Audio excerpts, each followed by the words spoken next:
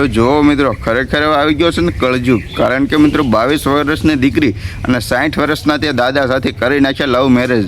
બધા લોકોને મિત્રો છેલ્લા 2 વર્ષથી ગામની અંદર એનું મિલન હાલતું હતું, એટલે કે તેની સરસા હાલતી હતી અને તે એકાબીજાને પ્રેમ કરતા હતા। આ દાદા અને આ બેન જે દેખાઈ રહેશે તે તો હવે 22 વર્ષથી અને આ છોકરી છે અને 60 વર્ષના દાદા છે। છેલ્લા 2 વર્ષથી તેને એકબીજા ટચમાં હતા। ત્યારબાદ ગામજનોને ખબર પડી અને આ સરસાનો વિષય બન્યો કે આ દીકરી આ દાદા સાથે સંબંધમાં છે।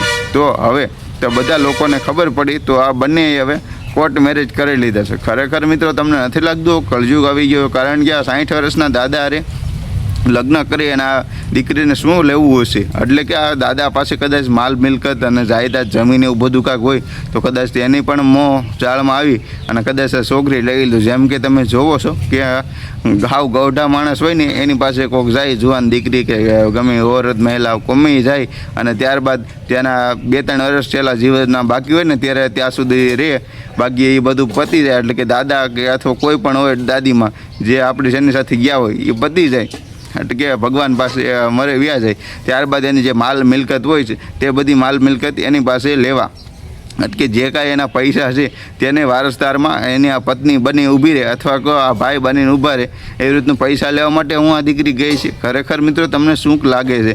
આ ભાઈ પાસે એવું લાગતું જ નથી, આ દાદા પાસે 60 વર્ષના દાદા છે તેનો ફોટો દેખાઈ રહ્યો છે, એવું લાગતું જ નથી કે એની પાસે એટલા બધા પૈસા પણ હોય। અને હવે તો પણ આ બેને કરી નાખ્યા છે કોર્ટ મેરેજ। તો તમે આ બેન વિશે શું કહેવા માંગો છો મિત્રો? અને ખરેખર મિત્રો અત્યારના આજકાલના છોકરાઓ જે જુવાની આવશે મિત્રો તે હજી અમુક તો હજી વાંઢા રખડે છે। 30, 40, 45 આળે વે ગયા, કદાચ 50 પણ વે ગયા ને તો પણ હજી મેળ નથી આવ્યો। અને દાદાએ કદાચ 60 વે ગયા છે અને પહેલાં એની પાસે એનો પરિવાર હોય કે ન હોય ખબર નથી, પણ આ દાદા 60 વે ગયા છે અને દાદાને પાછું 60 વર્ષે મેળ આવ્યો, એટલે કે એ પાસે 22 વર્ષની દીકરી સાથે મિત્રો। ખરેખર આ જુઓ તો ખરા કેવો કળજુગ આવી ગયો છે। વિડીયો સારો લાગે તો લાઈક કરજો, ચેનલ પર નવા મિત્રો સબસ્ક્રાઈબ પણ કરી દેજો।